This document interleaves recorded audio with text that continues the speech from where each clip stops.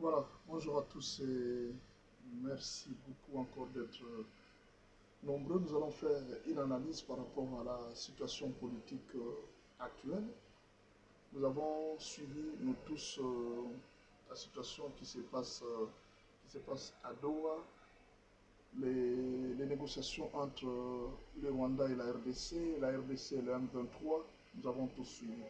Mais il y a une question que nous allons nous poser. Quel sera l'avenir du Rwanda? Quel sera l'avenir de Paul Kagame? Il y a une préoccupation que beaucoup de gens ne voient pas venir.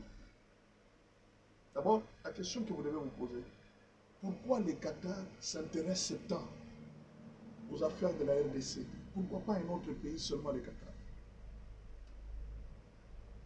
C'est la question que vous devez vous poser.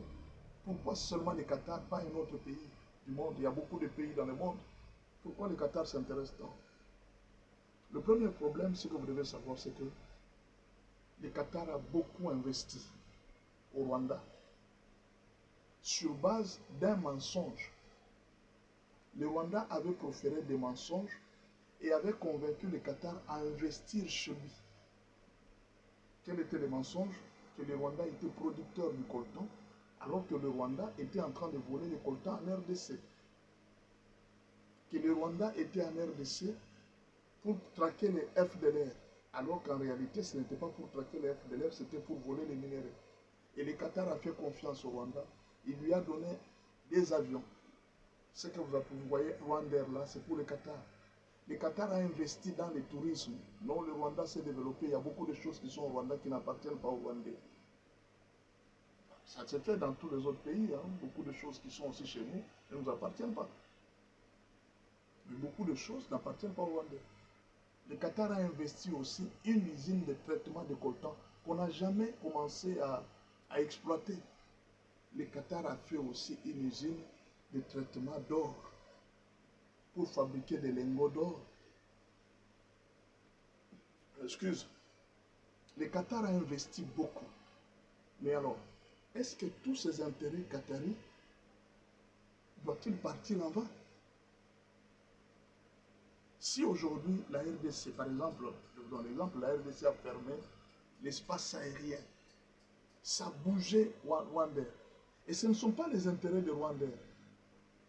Les Qataris ont aussi les intérêts dans Rwandair. Ce qui fait que la seule décision de la RDC peut bouger le Rwanda. Ça peut bouger les investissements qataris au Rwanda. Voilà pourquoi les Qataris s'est aujourd'hui beaucoup investi pour qu'il y ait une négociation avec tout ça. Maintenant, il y a un problème. Les Américains se sont rendus compte que nous ne pouvons pas laisser la Chine profiter des minéraux congolais seuls.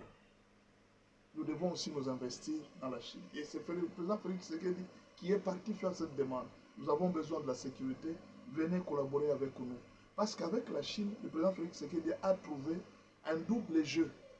La Chine était en train de jouer le double jeu. En même temps, la Chine achète le coltan moins prix, à bas prix, chez les Rwandais.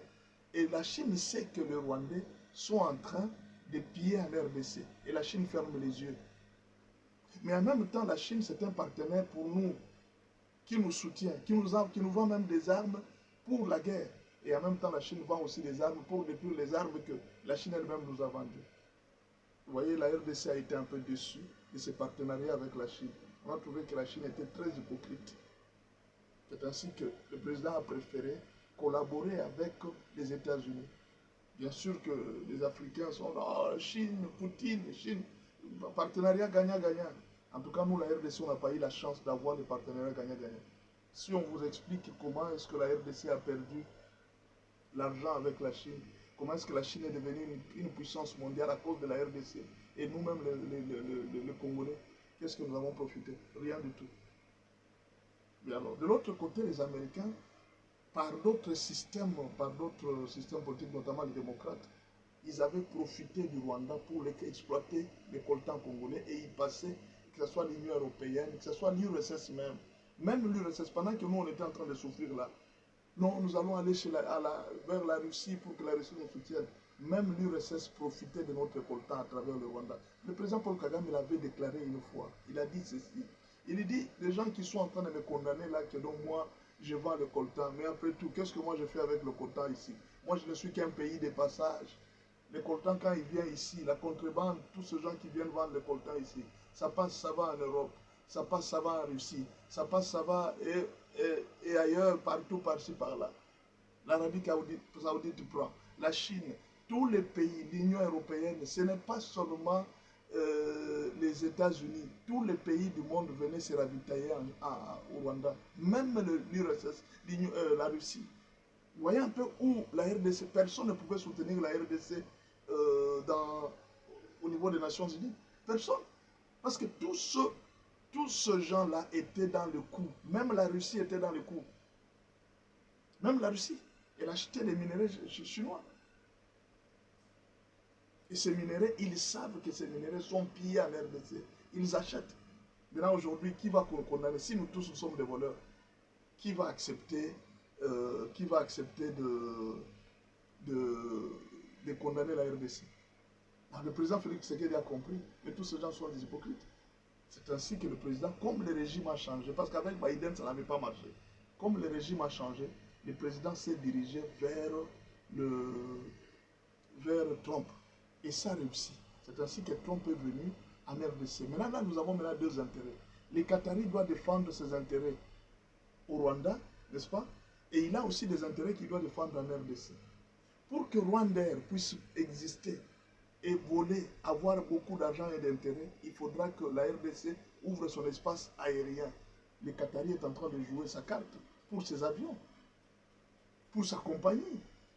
Vous voyez maintenant le problème. Maintenant, qu'est-ce qui va se passer? Les Congolais ne supportent plus Paul Kagame. Le monde le sait, les Nations Unies le savent. Les Qataris savent que les Congolais ne supportent plus la présence de Paul Kagame. Or, nous avons beaucoup d'intérêt au Congo. Mais qu'est-ce qu'ils vont faire de Paul Kagame? D'abord, je vais vous dire, c'est juste une analyse, je ne dis pas que c'est ça. La première chose qui va arriver à Paul Kagame, c'est que dans les jours qui viennent, ils vont le faire partir du pouvoir. Pourquoi? Pour faire oublier les traces du génocide congolais, du génocide congolais. Ils vont le faire partir du pouvoir. Pourquoi? Ils vont le mettre dans les garages. Pour juste que plusieurs têtes ne tombent pas au niveau international. Rien n'empêche même qu'on peut l'arrêter, on l'amène à la à la CPI. Il sera à la haie là, il sera emprisonné pendant quelques temps. C'est le plan des Occidentaux. Rappelez-vous de ce qu'ils ont fait avec Mobutu et de tous les autres dictateurs. Quand ils trouvent que tu... Parce qu'à l'heure actuelle, la présence seulement de Paul Kagame dans la sous-région des Grands Lacs commence à gêner. Ça commence à être un obstacle pour les investissements. Par exemple, pour les Qataris. Tant que les Congolais ne supportent pas Paul Kagame, mais qu'est-ce qu'ils vont faire de lui? Ils savent que si ces messieurs restent au pouvoir, nos intérêts vont bouger. Or, ces gens travaillent pour leurs propres intérêts. Ils savent. Je ne dis pas, je ne prophétise pas, je ne dis pas que c'est ça. Je suis juste en train de faire une analyse. Tous ces intérêts que vous voyez, les Américains, là, ce n'est pas qu'ils ont pitié des Congolais. Non, nous le savons. Ce sont nos intérêts. Nous sommes une belle femme. Nous sommes une belle femme. Tout le monde veut partir avec nous. Le Qatar est en train de louer notre beauté. La beauté, ce sont des minéraux. Qu'est-ce que le Rwanda a proposé? Rien du tout. Et maintenant, la réputation de Kagame risque de détruire la réputation des affaires. Alors, la meilleure façon à faire, c'est quoi? Il faut effacer l'image de Kagame. Pour que les affaires se passent bien, il faut effacer Kagame. Donc, pour le moment, attendez-vous à un plan. On va effacer Kagame. Il y aura une grande secousse au Rwanda. Sur le plan démocratie, Kagame doit partir, il y aura des révolutions. Peut-être qu'on peut prendre Victoire Ingabire pour calmer un peu le jeu, afin que les intérêts rwandais soient préservés. Et les Rwandais, s'ils sont sages, la meilleure façon à faire, ils doivent livrer Kagame, ils doivent faire partir Kagame. Tant que Kagame est là, le Rwanda va souffrir pendant plusieurs années, parce que la réputation de leur président est déjà partie. Les Rwandais, leur président n'a plus. Donc, si hier, vous avez trouvé Paul Kagame comme une bénédiction, au moment où je parle, Paul Kagame deviendra une malédiction pour le Rwanda. Parce que tous les pays vont les rejeter.